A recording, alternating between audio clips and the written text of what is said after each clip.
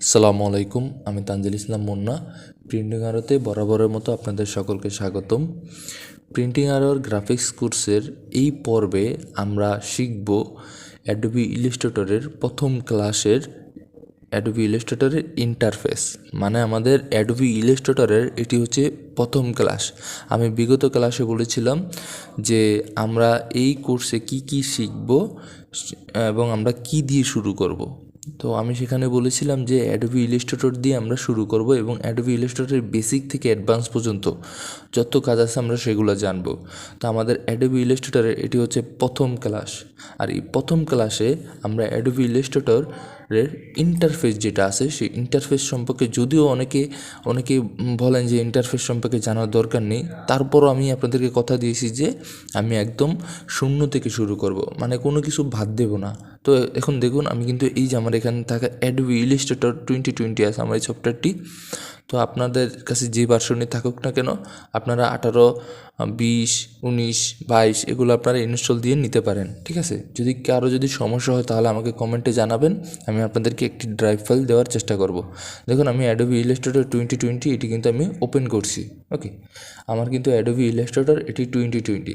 তো আমি কিন্তু আপনাদেরকে আগেই বলেছিলাম যে এই যে অ্যাডোবি ইলাস্ট্রেটর সফটওয়্যারটি, এই অ্যাডোবি ইলাস্ট্রেটর সফটওয়্যার এবং অ্যাডোবি ফটোশপের মধ্যে যে পার্থক্যটা, সেটা নিয়ে কিন্তু আমি বিগত একটি ভিডিও বানিয়েছি। যদি সেটি আপনারা না দেখেন তাহলে কিন্তু দেখে সহজেই বুঝতে পারেন। তারপরও আমি বলছি এই অ্যাডোবি ইলাস্ট্রেটর সফটওয়্যারটি কেন তৈরি করা হয়েছে এবং কেন আমরা অ্যাডোবি ইলাস্ট্রেটর ব্যবহার করব।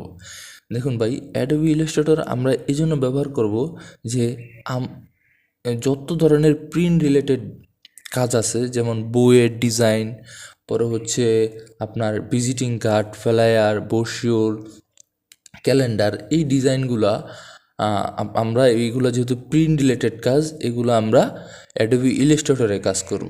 ওকে, এবং ফটোশপেরও আমি আপনাদেরকে ধারণা দিয়ে দিছি যে ওয়েবের জন্য যে কাজগুলো করব, যেমন সোশ্যাল মিডিয়া অ্যাড ডিজাইন।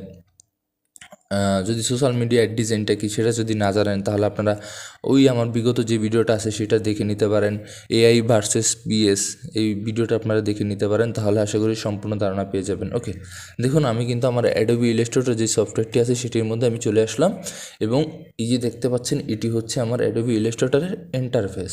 ওকে, অনেকে বলেন যে ইন্টারফেস সম্পর্কে ধারণা নেওয়ার কোনো দরকার নেই, তবে আমি মনে করি দরকার আছে।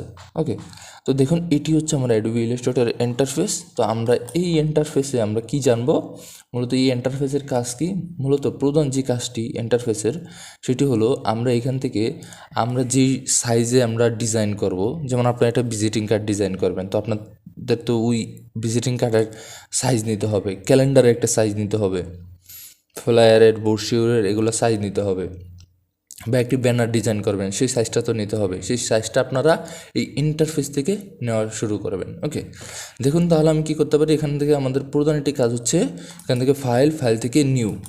যখন আমি এখান থেকে নিউ দিব তখন আমাকে এখানে একটি পপ আপ দেখাবে, উইন্ডো দেখাবে।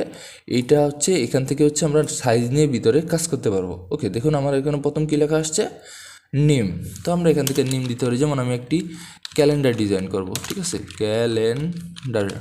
Calendar design. ওকে, দেখুন আমি একটা ক্যালেন্ডার ডিজাইন করব, তাই আমি এখানে নেমটা দিয়ে দিয়েছি ক্যালেন্ডার ডিজাইন। প্রোফাইল টাইপ যেটা আছে কাস্টম সেটা দিয়ে রাখতে পারেন, পিন হলে পিন দিতে পারেন, আমি কাস্টমে রেখে দিচ্ছি। পরে আপনার ক্যালেন্ডারের মোট কয়টা পাতা হবে, আপনি কয়টা পাতায় ডিজাইন করতে চান, ধরুন আমি 3টা পাতায় ডিজাইন করতে চাই, তো আমি এখানে 3 দিয়ে দিলাম। 3 দেওয়ার পরে এখানে কি আসছে, স্পেসিং। হ্যাঁ, এখানে স্পেসিং আছে 0.125, মানে আপনি যে 3টা সাদা পেজ তৈরি করবেন, ভিতরে যে সাদা 3টা ক্যালেন্ডারের জন্য 3টা ডিজাইন করবেন, 3টার মধ্যে ডিজাইন করবেন, সেই প্রত্যেকটা ডিজাইনের মধ্যে যে ফাঁকা জায়গার কী পরিমাণ ফাঁকা স্পেস থাকবে সেটাই এখানে বোঝানো হয়েছে যে স্পেসিংটা কত। তো আমি এখানে 0.25 যেটা আছে সেটার বাই ডিফল্ট রেখে দিচ্ছি। এবার এখানে দেখুন গ্রিড বাই র এবং গ্রিড বাই কলম। তো আপনার এইটা কি আপনার মানে লম্বা বরাবর থাকবে নাকি আপনার হাইট বরাবর থাকবে, এই যে এটা আমার হচ্ছে বাম থেকে ডান বরাবর থাকবে আমার প্রত্যেকটা পেজ। আর যদি আমি এটা দিই তাহলে আমার উপর থেকে নিচে যাবে আমার পেজগুলা।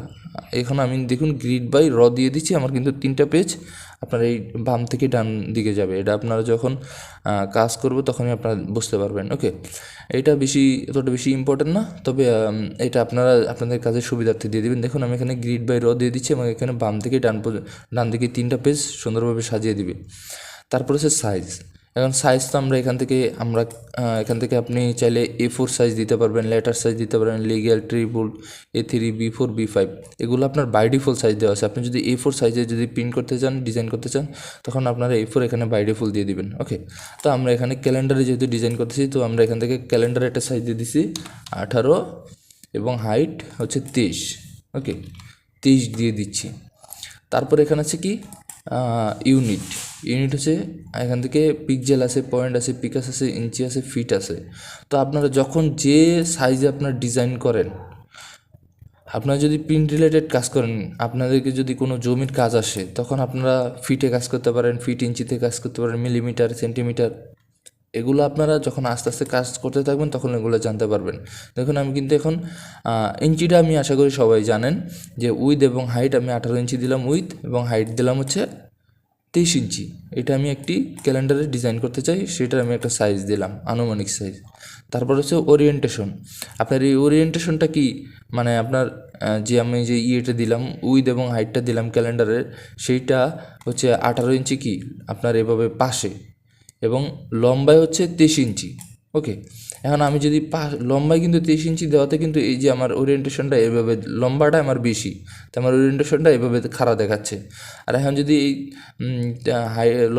পাশে যদি আপনার 23 হইতো, তাহলে কিন্তু আমার ওরিয়েন্টেশনটা এখানে চলে যেত। দেখুন আমি এখন যদি এই 18 জায়গায় যদি আমি এখন 25 দিই, তাহলে আমি কিন্তু ওরিয়েন্টেশনটা এখানে চলে আসছে। বুঝতে পারছেন তো? তো এই হচ্ছে কাহিনী। তো এই হচ্ছে কাহিনী। এটা অটোমেটিক আপনি এখানে যা ভ্যালু দিবেন ও অটোমেটিক এখানে নিয়ে নেবে। তারপর হচ্ছে ব্লিড। আমি ইতিমধ্যে ব্লিড এরিয়াটা সম্পর্কে আপনাদেরকে সবাইকে অবগত করেছিলাম। তারপর আমি বলে দিচ্ছি যে এই যে আপনি 18 ইঞ্চি এবং 23 ইঞ্চি যে আপনি ইয়েটা নিলেন, মানে আপনার ক্যালেন্ডারের সাইজটা নিলেন, তো এই সাইজটার বাইরেও আপনি কিছু জায়গা বাকি রেখে দিতে পারেন। যেমন 23 ইঞ্চির জায়গায় 1/2 ইঞ্চি বেশি রেখে দিবেন কাগজ, এবং ওই 1/2 ইঞ্চি জায়গার মধ্যে আপনি কোনো ডিজাইন করবেন না। ওই 18 ইঞ্চি 23 ইঞ্চির ভিতরে আপনি ডিজাইন করবেন। ডিজাইন করলে কী হবে, আপনি ওই 1/2 ইঞ্চি বেশি রেখে দিলেন, মেশিন যখন কাটবে তখন ওই 1/2 ইঞ্চি আগে থেকে কাটা শুরু করবে। ও যদি আপনার 18-30 থেকে শুরু করে, তাহলে আপনার ডিজাইনটা নষ্ট হয়ে যেতে পারে। দেখুন আমি দিচ্ছি 0.125, এই ব্লিডটা দিচ্ছি। ব্লিড মানে হচ্ছে কাটা, ঠিক আছে? আপনার এই মেশিনটা যখন কাটবে তখন ও এই আপনার 1/2 ইঞ্চি উপর থেকে কাটা শুরু করবে, ও একদম 18-30 থেকে শুরু করবে না। বুঝতে পারছেন? আমি যখন ক্রিয়েট ডকুমেন্টস দিব তখন আপনারা এটা বুঝতে পারবেন। তো আমি এখানে ব্লিড দিয়ে দিচ্ছি, ও চারোদিকে 0.125 বেশি নিয়ে নিচ্ছে। তারপর এখানে আছে কালার মোড। অবশ্যই এখানে কালার যদি প্রিন্ট করবেন, এটা প্রিন্ট রিলেটেড কাজ, অবশ্যই CMYK দিবেন। দেখুন আমি এখান থেকে যদি RGB দিই, তো কিন্তু আমাকে একটি ইয়ে দেখাচ্ছে, আপনার ডেঞ্জারাস ইয়ে দেখাচ্ছে, বা রং একটা সাইড দেখাচ্ছে যে আপনি তো প্রিন্ট রিলেটেড কাজ করবেন, তো আপনি RGB দিয়েছেন কেন? কারণ আপনি যখন প্রিন্ট রিলেটেড কাজ করবেন তখন আপনার CMYK দিবেন। আর যখন ওয়েবের জন্য, মানে কোথাও ছাড়বেন, ইন্টারনেটের ফেসবুক, ইনস্টাগ্রাম, টুইটার, বা আপনি যেখানে ছাড়েন না কেন, যদি ছাড়ার কাজ মানে প্রিন্ট করবেন না, তখন আপনি RGB দিয়ে করতে পারবেন, তাতে কোনো সমস্যা নেই। তারপর হচ্ছে রেস্টার ইফেক্ট। এই রেস্টার ইফেক্টটা হচ্ছে আপনার এই প্রিন্টের কোয়ালিটি, আপনি যখন মানে আপনার ডিজাইনটা যখন প্রিন্ট হবে, এই প্রিন্টটা আপনার কি পরিমাণ আপনার কোয়ালিটি নিয়ে প্রিন্ট হবে সেটা এখানে বলা হয়েছে। আমরা সবসময় কি করব, আমরা সবসময় এই হাই কোয়ালিটিতে আমরা এইটা কাজটা করব। তারপর প্রিভিউ মোড ডিফল্ট যেটা আছে সেটাই দিয়ে রাখবেন, এটার কোনো কাজ নাই। তারপর হচ্ছে ক্রিয়েট ডকুমেন্ট। আশা করি আপনারা এতটুকু বুঝতে পেরেছেন। ওকে, দেখুন আমি এখান থেকে ক্রিয়েট ডকুমেন্ট দেব। ক্রিয়েট ডকুমেন্ট দিলে আমাদের কি হবে, দেখুন আমাদের কিন্তু এই 3টা পেজ, যে 3টা পেজ আমরা 18-23 চেয়েছিলাম আমাদের ইয়ের জন্য, ক্যালেন্ডার ডিজাইনের জন্য, আমরা কিন্তু সেই 18-23 এখানে দিয়ে দিছি। দেখুন এই যে প্রত্যেকটা এই যে 2টা ডিজাইনের মধ্যে যে স্পেসিংটা মাঝখানে, এই যে স্পেসিংটা দেখতে পাচ্ছেন, এটাই কিন্তু আমি তখন দিয়ে রেখেছিলাম স্পেসিংটা। এখন এই যে রেড যে দাগটা দেখতে পাচ্ছেন, রেড মানে এই যে বক্সটার বাইরে, সাদা বক্সটার বাইরে এই যে মাঝখানে এই যে দাগটুকু আমি দেখাচ্ছি আপনাদেরকে, এই মাঝখানে যে দাগটুকু দেখতে পাচ্ছেন, এই যে মাঝখানে এই যে দাগটুকু, মানে বক্স থেকে এই যে সাদা দাগটুকু, এতটুকু হচ্ছে আমরা ধরতে পারেন যে 1/2 ইঞ্চি আমরা বেশি রেখে দিছি। আমরা যখন ব্লেড যখন কাটবে তো এখান থেকে এই লালটা থেকে শুরু করবে, ও এখান থেকে শুরু করবে না। ও যদি আমাদের 18 থেকে শুরু করে তাহলে কিন্তু আমার ডিজাইনটা কোনোভাবে নষ্ট হওয়ার চান্স আছে। আমি তাই 1/2 ইঞ্চি বেশি রেখে দিছি যে ও 1/2 ইঞ্চি থেকে শুরু করবে, কাটা শুরু করবে, ও আস্তে আস্তে এখান পর্যন্ত আসতে পারবে, কিন্তু ও আমার এখানে এসে আমার ডিজাইন কোনোভাবে নষ্ট করতে পারবে না, ঠিক আছে। আপনারা যদি আমার ভিজিটিং কার্ড ভিডিওটা না দেখেন তাহলে আমার ভিজিটিং কার্ড ডিজাইনটা দেখে নেবেন। আশা করি আপনারা আরও ভালোভাবে বিস্তারিত বুঝতে পারবেন। আমি আশা করি আপনারা আমি আপনাদেরকে দেখালাম, এতটুকু আপনারা হয়তো বুঝতে পেরেছেন। আস্তে আস্তে আমরা যখন ক্যালেন্ডার ডিজাইন করব, আরও কাজ করব, তখন আপনারা আশা করি ইনশাল্লাহ ভালোভাবে বুঝতে পারবেন। তো এটি হচ্ছে ইন্টারফেসের একটি প্রধান কাজ, যে এখান থেকে আপনারা সাইজ নেবেন, ঠিক আছে। আপনারা যে কাজগুলো করবেন এখান থেকে আপনারা সাইজ নেবেন, নেম দিয়ে সাইজ নেবেন এবং আনুষঙ্গিক যা কাজ আছে সেগুলো আপনারা করবেন। তারপর আছে কি দেখুন, এখান থেকে এই যে দেখুন, এখান থেকে রিসেন্ট, মানে আমি রিসেন্টে যে কাজগুলো করেছি আমার কিন্তু এখানে তা দেখাচ্ছে। ওকে, এখানে কিন্তু তা দেখাচ্ছে। এখান থেকে যে ক্রিয়েট এ নিউ ফাইল, মানে এখান থেকে আপনার কিছু বাই ডিফল্ট সাইজ দেওয়া আছে, সেগুলো আপনারা এখান থেকে বাই ডিফল্ট সাইজ নিয়ে আপনারা কাজ করতে পারবেন। তারপর আছে কি, আপনি ধরেন একটা এআই ফাইল, আপনি যখন এই এডোবি ইলাস্ট্রেটরে আপনি যখন কাজ করবেন তখন আপনার এই ফাইলটা হবে এআই ইপিএস ফাইল, ঠিক আছে।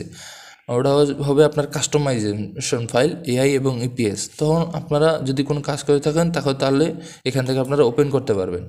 দেখুন এখান থেকে আপনারা যদি একটা ফাইলে যাই, যেমন আমি আমাদের এই পেজটাতে গেলাম এবং দেখুন এখান থেকে কিন্তু আমি এই ফাইলটা আমি ওপেন করতে পারছি।